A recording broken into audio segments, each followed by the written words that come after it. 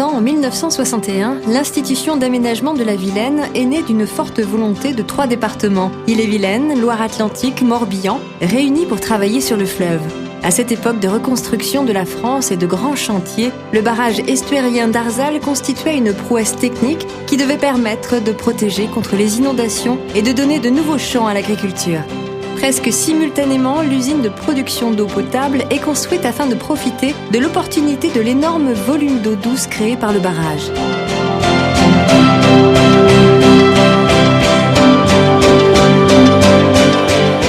Quelques années plus tard, l'institution des 3 départements se tourne encore davantage vers l'amont.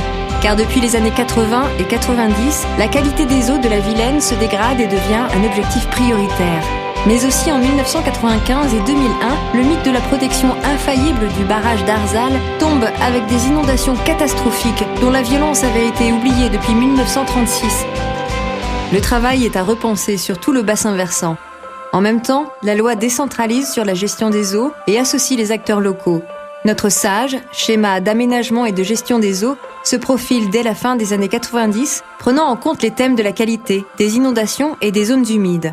Avec nos collègues français, nous lançons le concept d'établissement public territorial de bassin, EPTB, ce que nous devenons en 2007.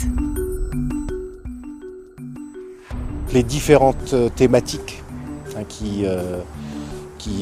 sur lesquelles nous travaillons sont d'une part la morphologie des cours d'eau, donc permettre de rétablir la continuité. Il y a les problématiques, alors d'une part de gestion quantitative, les besoins en eau potable, et ensuite également tout ce qui concerne la lutte contre les inondations. L'autre point évidemment c'est la lutte contre les pollutions diffuses de tout ordre, donc les problématiques assainissement, les pollutions diffuses d'origine agricole ou d'origine industrielle, étant donné que l'estuaire de la Vilaine est l'estuaire en France qui est le plus impacté par les phénomènes de bloom de phytoplancton, c'est-à-dire le risque de manque d'oxygène qui favorise les micro-organismes, qui peut amener des mortalités de poissons, comme cela s'est vu dans les années 80 sur le bassin de la Vilaine. Quand on parle gestion des inondations, on pense souvent à 3 grands types d'actions, qu'on appelle plus communément les 3 P. Donc il y a les actions de protection, les actions de prévention et les actions de prévision des crues. Donc à l'Institution d'aménagement de la Vilaine, on travaille sur les actions de prévention et de protection contre les inondations. La réflexion des aménagements a beaucoup évolué ces dernières années. Avant, on pensait grand aménagement hydraulique avec des aménagements assez structurants, avec des forts impacts environnementaux. Aujourd'hui, on travaille sur des solutions moins impactantes qui vont combiner l'efficacité hydraulique avec le respect environnemental et le respect du milieu. C'est le cas notamment sur le secteur de Redon. Après avoir envisagé de nombreux aménagements, fait de nombreuses simulations, on est reparti sur une nouvelle réflexion avec un projet de requalification du secteur portuaire de Redon, avec un projet de délocalisation des entreprises. Donc on considère qu'on est dans la zone inondable du cours d'eau. On envisage donc non plus de protéger les entreprises, les installations qui sont faites sur ce secteur, mais d'accompagner la délocalisation des entreprises et de reconstituer à terme un paysage de zone humide et une zone d'expansion pour le cours d'eau.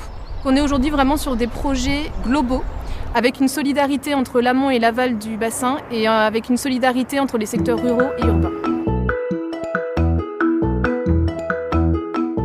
Le barrage bouleverse les équilibres. L'envasement est accéléré et les poissons ne circulent plus. L'écluse d'Arzal change le paysage de la navigation sur la Vilaine. Les nombreux usagers de l'estuaire de la Vilaine devaient dialoguer et trouver un point d'équilibre. Un comité d'estuaire leur ouvre ce large espace de dialogue et de concertation.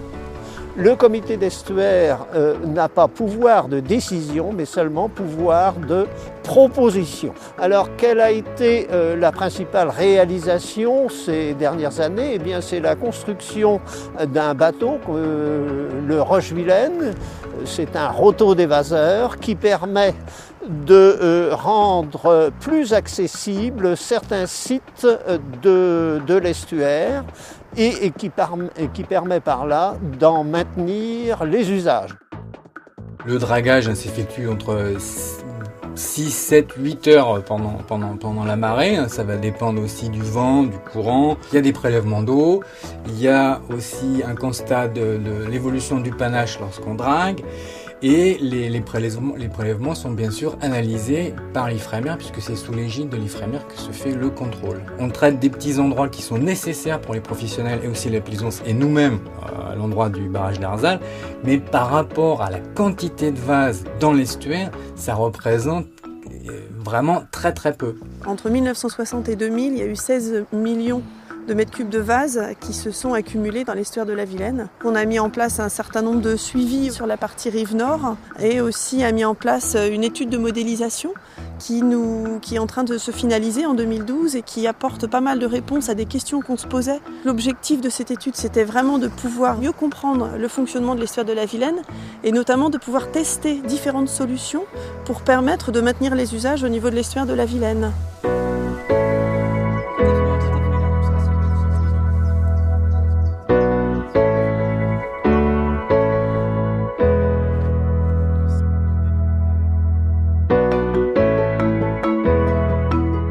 Le barrage a fait oublier les crues quotidiennes qui arrivaient chaque hiver.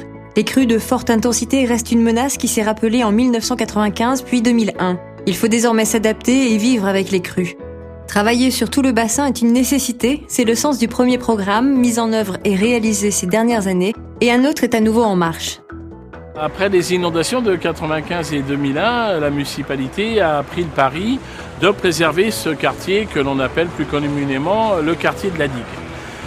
Il nous fallait donc trouver des solutions acceptables par les services de l'État, à la fois pour maintenir le bâti de qualité qui est de part et d'autre du canal, mais aussi préserver l'espace commercial qui était en devenir. Et donc nous avons pris le pari uniquement de faire des protections de ce quartier nord et îloter ce quartier sud. Et pour ce faire, il nous fallait donc rendre capacité à l'expansion des crues. Et c'est pour cette raison que le Conseil général de Loire-Atlantique a fait les acquisitions foncières de l'ancienne friche industrielle. Ça a été un parti pris de laisser le quartier industriel donc retourner à l'espace naturel avec un leitmotiv: on ne sort rien, on transforme tout. Un des moyens d'intervenir en prévention sur les inondations, c'est de faire ce qu'on appelle de l'information préventive de la population. Les repères de crues, c'est un moyen parmi d'autres, mais un moyen intéressant d'entretenir cette mémoire des inondations et puis d'inscrire dans le paysage ce qui s'est passé cette année-là, jusqu'à quelle hauteur est arrivée l'eau. Donc on sait que si une commune est bien préparée, a bien anticipé l'arrivée d'une inondation, on arrive à limiter les conséquences de l'inondation. Ce qu'on fait, c'est qu'on accompagne sur le bassin de la Vilaine les communes les plus exposées aux inondations jusqu'à le test de ce dispositif par des exercices de simulation de crise. Et il est proposé également aux communes de créer des réserves communales de sécurité civile.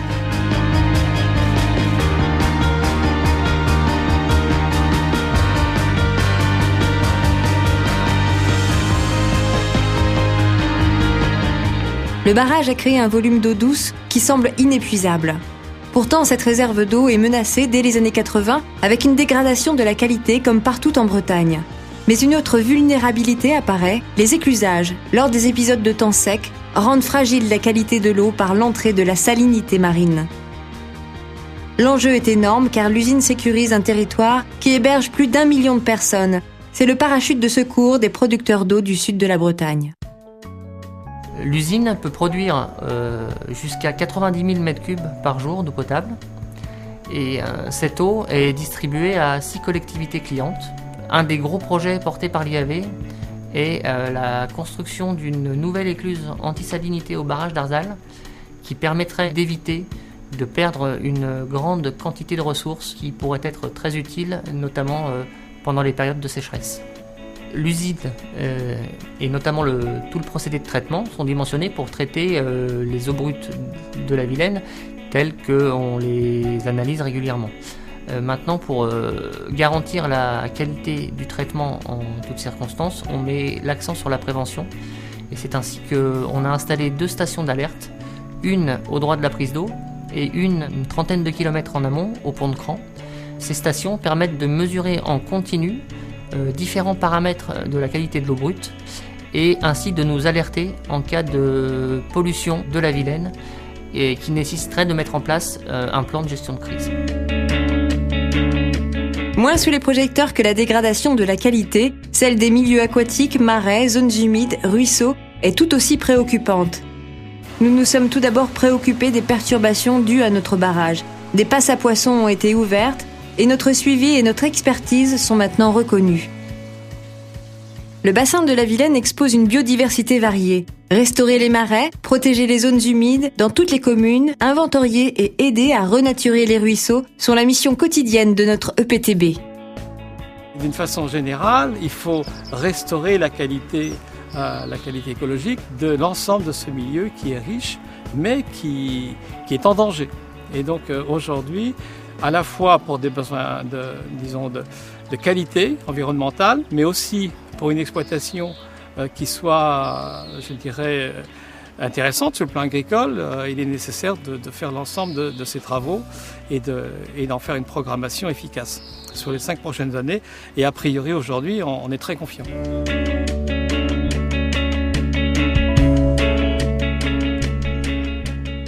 C'est vrai qu'avant on avait un faciès comme vous avez à Laval, donc peu profond, très vaseux, avec pas mal d'élodédance dedans.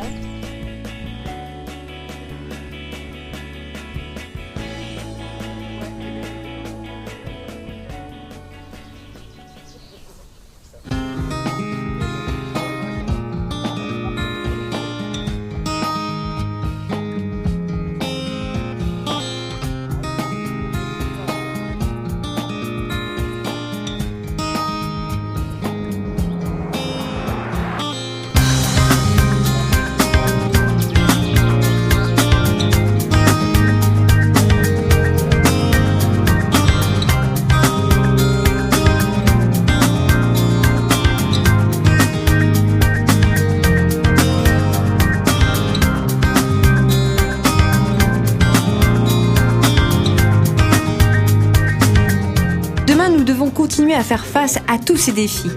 De nombreux projets à mener sont à l'étude avec tous les partenaires de l'IAV. Il faudra dégager des priorités pour les réaliser dans le meilleur ordre. Parmi ceux qui sont envisagés, on peut citer le projet de la 2e écluse, qui répond aux enjeux de l'eau potable et améliore la navigation, les travaux sur l'usine de Ferrel, pour améliorer encore la qualité de l'eau, le déménagement de la zone industrielle d'Auxfer à la confluence Oust-Redon, pour répondre aux problématiques générées par les inondations. 11 000 km², c'est un grand bassin, c'est un large espace de vie à préserver. Sans eau, rien n'est possible.